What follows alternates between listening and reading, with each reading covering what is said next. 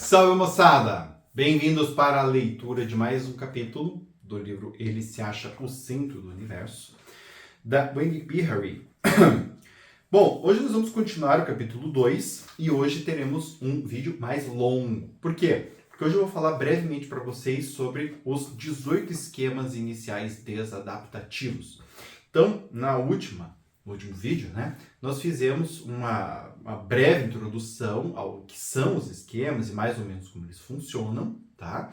E hoje eu vou falar quais são esses esquemas e mais ou menos pelo que eles se caracterizam, tá bem?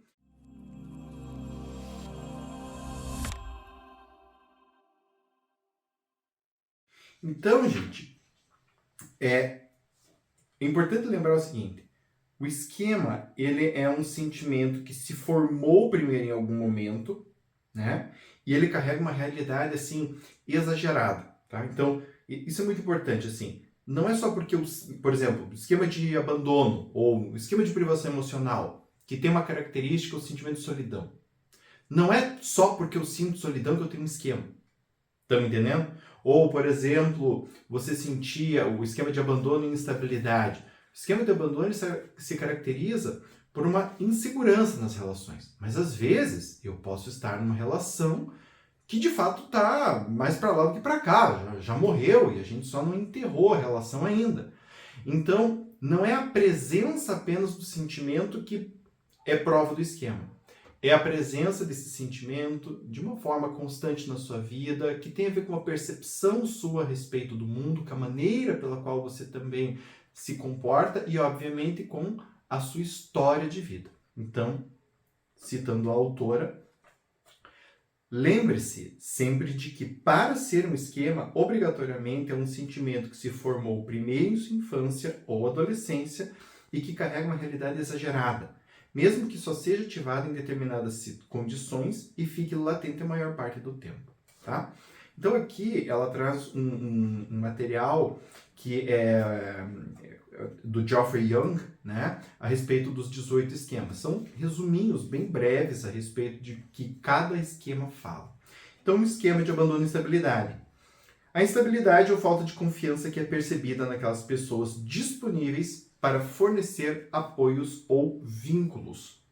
Então, este esquema, gente, fala a respeito desta certeza de que as relações ou vão acabar, ou você vai ser abandonado, ou o outro vai embora. Enfim, de alguma forma, as relações não vão durar. E no fim eu vou acabar sozinho. Esse é o esquema de instabilidade e de abandono, tá?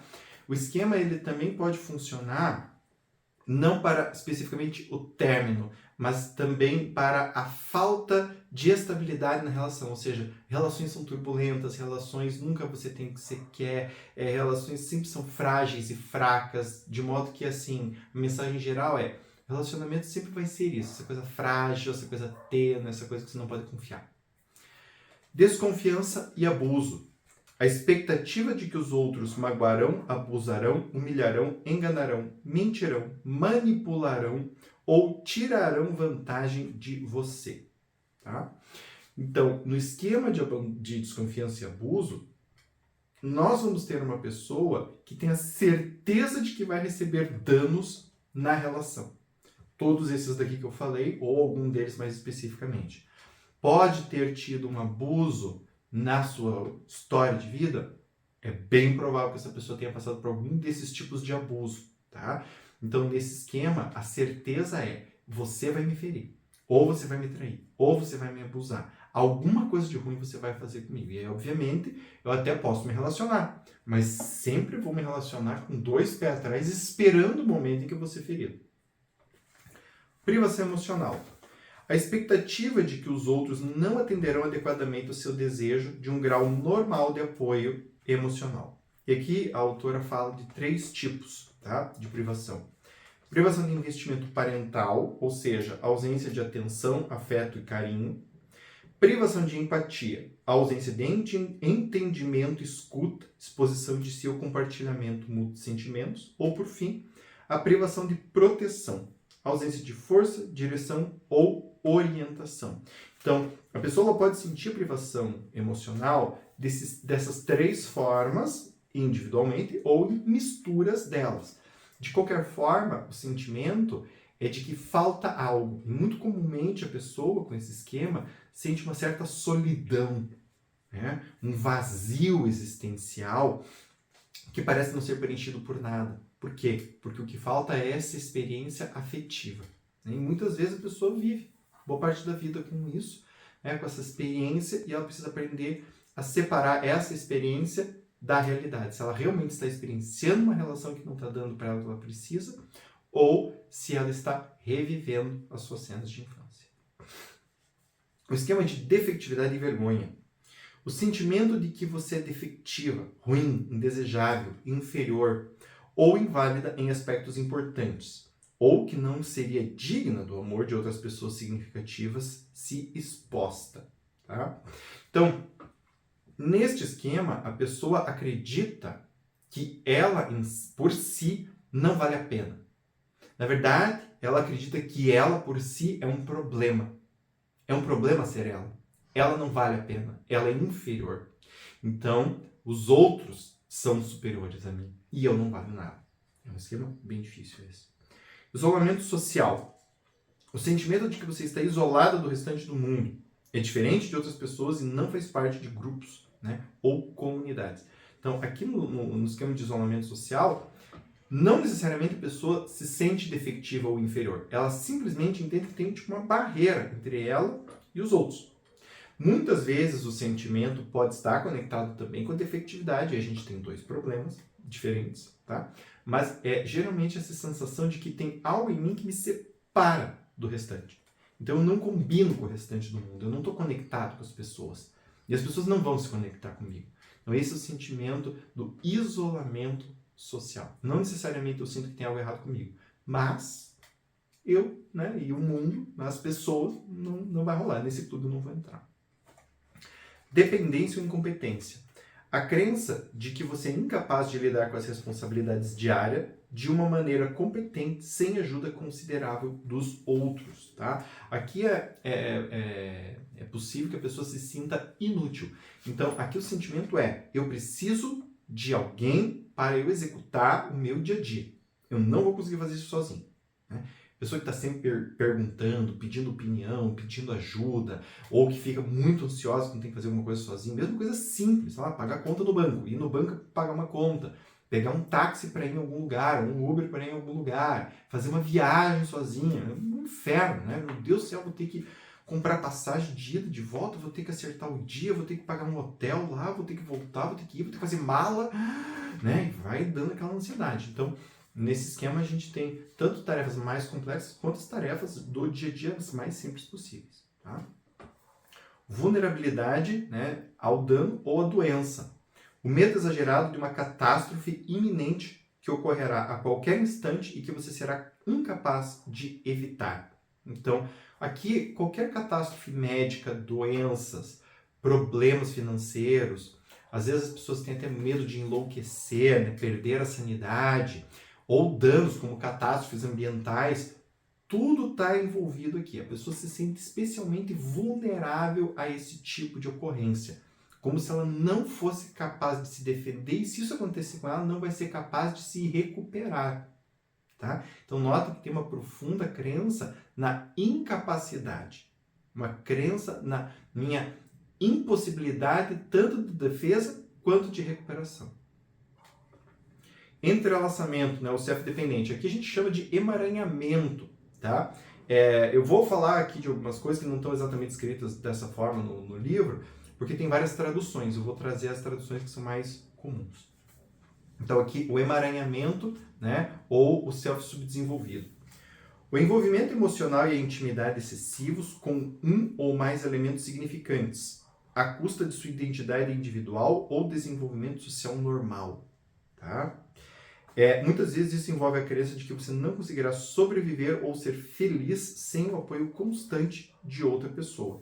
Pode também incluir sentimentos de ser oprimida por outros ou estar fundida com eles.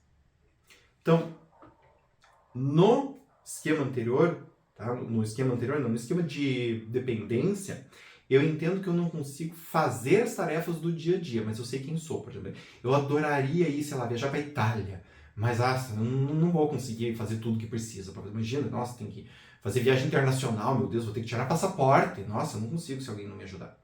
Mas eu sei que eu quero. Neste caso é diferente. Eu não sei se eu consigo sobreviver, se eu consigo viver. Eu não sei nem direito, muitas vezes, quem sou. Eu estou muito conectada a meu pai, ou a minha mãe, ou aos dois, ou ao meu esposo, ou aos meus filhos.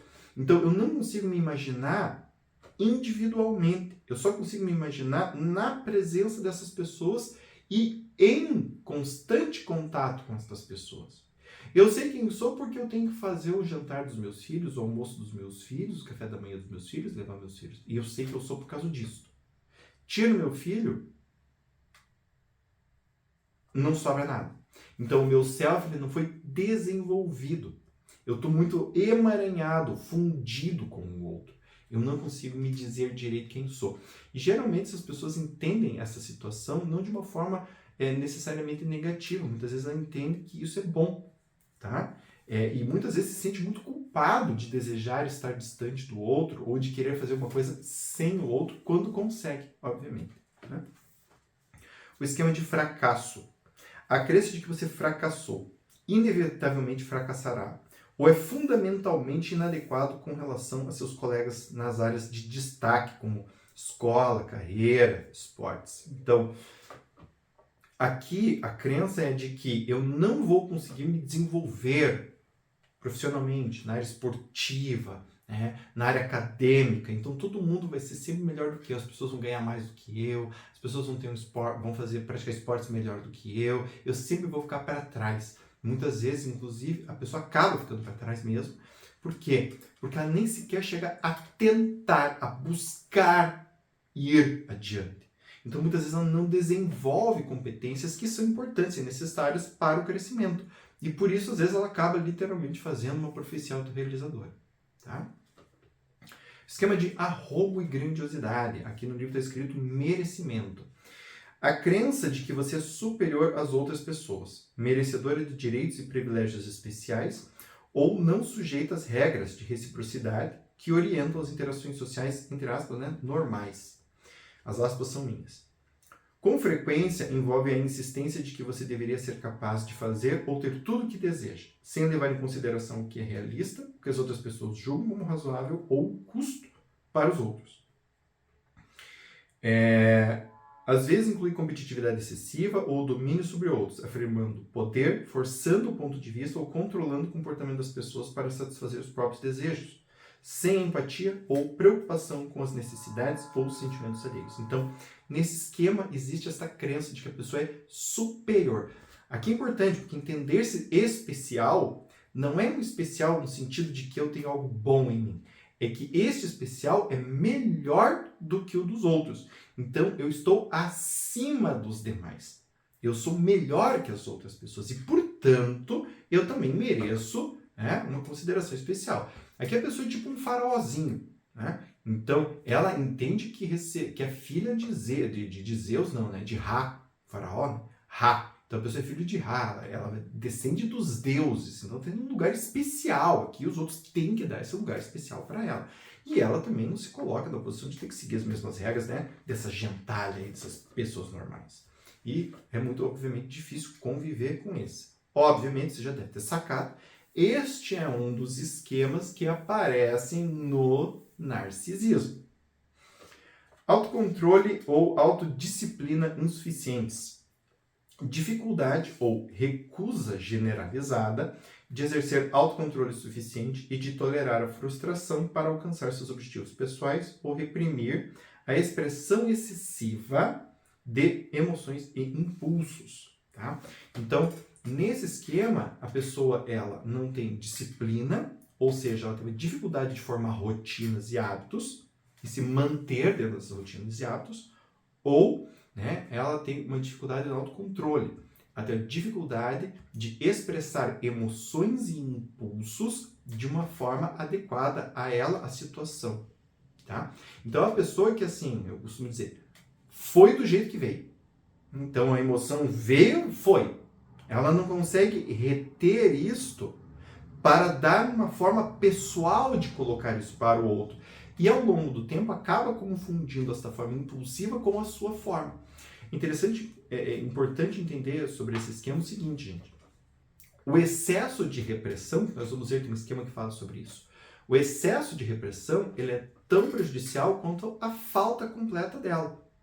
O que isso significa? Isso significa que nós, seres humanos, temos um córtex cuja uma das funções é o freio dos impulsos emocionais. E por que a gente faz esse freio? Para verificar se o impulso emocional está adequado, se o comportamento sugerido pela emoção é adequado ao contexto, ou se é adequado executar isso naquele momento. Então veja, isso nos traz benefícios. Tá? Isso é diferente de reprimir da forma freudiana, por exemplo, a emoção, suprimir completamente a emoção. Não é isso que se sugere a estas pessoas. O que se sugere é a contenção para uma resposta que seja apropriada, que seja interessante. E quando eu digo apropriado e interessante, eu não estou querendo dizer uma resposta que os outros te mandam ter. Uma resposta adequada e interessante segundo os teus objetivos, o contexto, teus valores, tua pessoa. Então, ela envolve o eu e o contexto. Tá? E é isso que essas pessoas têm muita dificuldade e muitas vezes recusam em fazer. Esquema de subjugação. Submissão excessiva ao controle por outras pessoas por quem você se sente coagida, em geral para evitar raiva, retaliação ou abandono. Há duas formas de subjugação. De necessidades, a primeira, ou seja, supressão de desejos, decisões e preferências, e a de emoções, supressão da expressão emocional, especialmente a raiva. Né? Muitas vezes há uma tendência à submissão excessiva, combinada com hipersensibilidade a se sentir preso em armadilhas. Então, o esquema de subjugação, ele é aquela sensação de você estar preso na sua própria vida. Por quê? Porque você tem vontades, tem desejos, tem necessidades e não pode colocá-los para fora. Não pode expressá-los, porque você tem medo de que você vai ser retaliado ou abandonado pelo outro. Então, essa combinação, ela é muito deletéria para a pessoa, porque ela vê a vida passando, vê os seus desejos indo e vindo e não podendo realizá-los por causa do outro. E aqui é interessante porque, assim, obviamente, esse é um esquema que ele casa muito com o narcisismo, porque o narcisista, como vocês viram no esquema de grandiosidade e arrobo, ele precisa de alguém que obedeça. E esse é o perfil, um dos perfis que obedece. Né? Então, aqui a gente tem um casamento muito interessante. Tá? Vamos percebendo quais são os esquemas, vamos tentando pensar, nós vamos falar sobre isso depois, mas vamos tentando pensar em outro vídeo. Vamos tentando pensar que esquema é do narcisista, que esquema é de quem se relaciona com o narcisista. Comece a pensar sobre isso. Autossacrifício. Foco excessivo em atender voluntariamente às necessidades alheias nas situações cotidianas, sacrificando a própria satisfação. Tá? Geralmente são pessoas que têm uma sensibilidade muito grande à dor do outro. Geralmente percebem o outro como mais frágil ou mais necessitado do que o outro é e se percebem como mais capazes de dar do que de fato são. Por isto, abrem mão de suas próprias necessidades. Vejam, um pai, ou os pais para com os filhos. É óbvio que um pai e uma mãe vão abrir mão de um monte de coisas suas em prol do desenvolvimento da criança. Isso é um autossacrifício? Não necessariamente. Existe aqui o ponto do saudável. E no autossacrifício não tem esse ponto. No autossacrifício não tem uma avaliação. No autossacrifício a dor do outro é mais importante que a minha, ponto. Se o outro precisa, eu tenho que dar.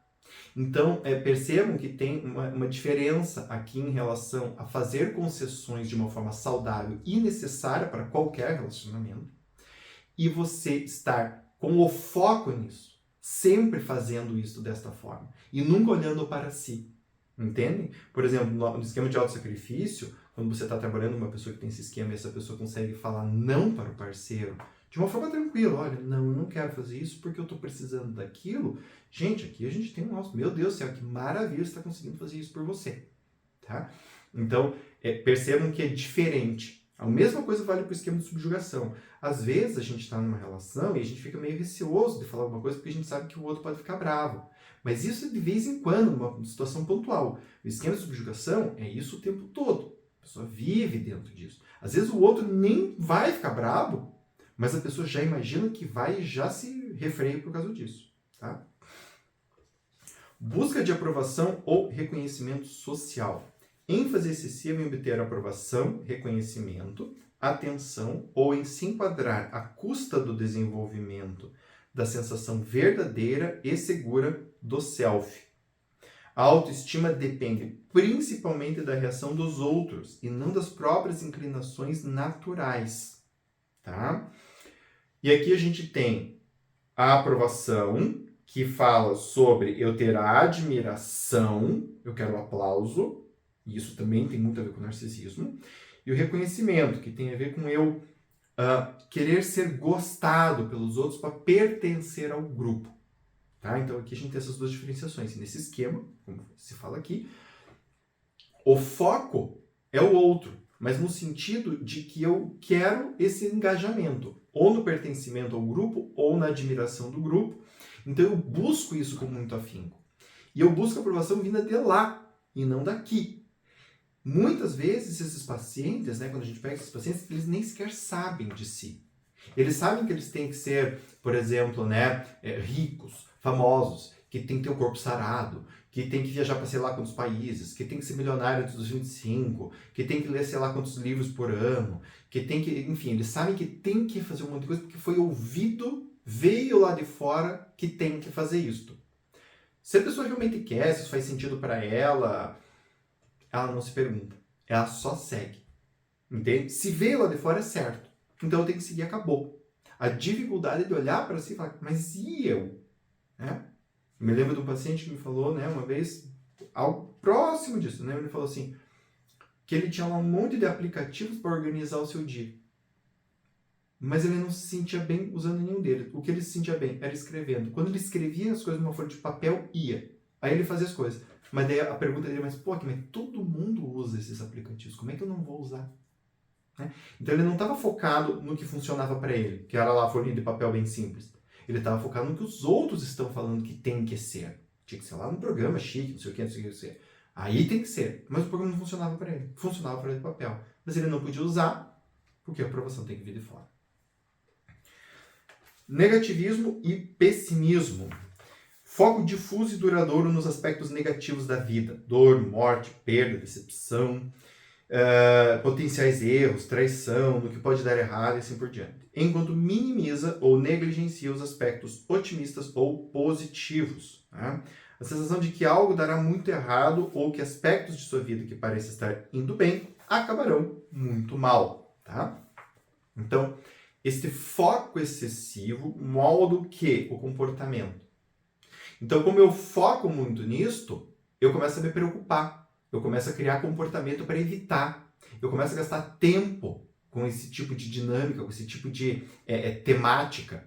Então, eu estou sempre pesquisando sobre como evitar um acidente, como evitar uma catástrofe, como me proteger financeiramente, como não ser sequestrado, o que fazer em caso de incêndio, né? Eu estou sempre muito preocupado com esse tipo de temática. Enquanto temáticas que também são importantes, como prazer, diversão, alegria, satisfação, plenitude, orgulho, conquista, são completamente negligenciados. O mais importante de tudo é evitar que essas coisas ruins aconteçam.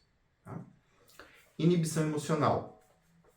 Aqui, o oposto que a gente estava falando, né? Então, inibição excessiva de ação, sentimento ou comunicação espontânea. Em geral, para evitar a desaprovação alheia, o sentimento de vergonha ou a perda de controle de seus impulsos, tá? Então, vejam, aqui a gente tem, né, entre aspas, o oposto lá do autocontrole insuficiente. Então, aqui a pessoa faz uma inibição maciça. Muitas vezes os pacientes têm muita dificuldade de sequer sentir. Quando a gente pega uma pessoa com inibição emocional muito forte, eu pergunto o que você sente, a pessoa nunca consegue dizer o que ela... Tô triste, tô com raiva, é muito difícil. Às vezes ela para e fala um pensamento. Eu acho que isso que aconteceu comigo é errado, mas ela não consegue dizer, por exemplo, sinto raiva. Porque ela de fato não consegue sentir, né? Muitas vezes a pessoa pode se conectar com uma área muito racional da vida ou simplesmente se desconectar completamente da emoção. E isso, obviamente, porque ela vem de uma família muito repressora, onde o próprio ato de sentir começou a se tornar perigoso. E aí ela se inibe emocionalmente, suas expressões de espontaneidade, para com que ela não seja punida. Às vezes pode ser humilhada, às vezes pode ser sacaneada, às vezes pode ser atacada, tá? Diminuída, desvalorizada, por causa dos seus próprios sentimentos. Padrões inflexíveis, postura crítica exagerada. A crença subjacente de que você deve lutar para atender a padrões de comportamento internalizados muito elevados. Em geral, para evitar críticas. Porém, boa parte dos pacientes com esse tipo de padrão, eles não acham que eles estão fazendo isso para evitar crítica. Eles acham que eles estão fazendo isso porque isso é a melhor coisa que tem no mundo. Tá? É isso que tem que ser feito. Como assim não faz todo mundo a mesma coisa? Tá? Ele pode aparecer de 3 formas. O perfeccionismo, uma atenção exagerada a detalhes, tá?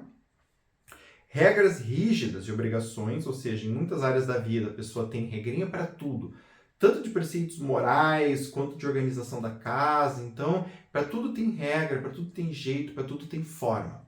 Ou preocupação com tempo e eficiência. Então, aquela coisa de estar o tempo todo assim, cara, tem que ser mais eficiente, tem que ser mais produtivo, tem que ser mais produtivo, tem que ser mais produtivo, tem que ser mais produtivo. Tá? Então, aqui, neste caso, nós temos esses padrões inflexíveis que geralmente é um esquema que ele serve para dar conta de outros. Os primeiros esquemas que eu falei, eles tendem a ser esquemas mais fortes. E geralmente as pessoas desenvolvem outros tipos de esquema para dar conta desses. Então, por exemplo, se eu tenho um esquema de defectividade e me acho inferior, eu posso vir a desenvolver um esquema de padrão inflexível para tentar me tornar uma pessoa muito bem-sucedida. Porque se eu for muito bem-sucedido, ninguém vai ver a minha inferioridade. E aí eu estou protegido. Então, essa daqui é uma dinâmica muito comum para esses esquemas últimos que eu estou falando, tá? Ou então uma dinâmica de ter absorvido isso de pais. Às vezes a pessoa tinha um pai que era, ou uma mãe que tinha padrões muito elevados e desde cedo você tem que ser assim, você tem que ser assim, você tem que ser assim, você tem que ser assim. Agora, geralmente isso também vem associado a se você não for assim, você é nada. Então, muito também a dinâmica do amor condicional. Se você segue as regras, você é um bom menino, uma boa menina e merece amor. Se você não é, você é lixo, não merece nada. Tá? E por fim, tá? O caráter punitivo. A crença de que as pessoas devem ser punidas com rigidez por cometerem erros. Envolve a tendência à raiva, tornando-se intolerante, punitivo e impaciente com aquelas pessoas que não atendem às suas expectativas ou padrões. Dificuldades de perdoar seus próprios erros e dos outros. Tá? Então, no caráter punitivo, a pessoa ela assume um padrão moral que ela entende como o melhor de todos, que todo mundo tem que seguir, e se pune os outros por não segui-los. E ela geralmente é muito rígida em relação a isso. Não tem aquela coisa de atenuantes, né? Do tipo assim, foi em própria defesa. Isso não existe. Se você matou, você vai para o inferno, acabou, não tem atenuante não. Você é do mal e ponto. Então o mundo é muito tudo ou nada nesse tipo de esquema, tá? Bom, gente, hoje fizemos um vídeo um pouco mais longo, né? E para apresentar todos os esquemas de uma forma bem resumida, tá bem? Nos próximos vídeos, nós vamos entender quais são os esquemas mais comuns ao narcisista e à pessoa que se relaciona com o narcisista. E aqui é onde a gente vai começar a entender como que a gente precisa, que coisas a gente precisa aprender para poder conviver com os narcisistas, que é o objetivo do livro. Espero vocês no próximo. Tchau, tchau!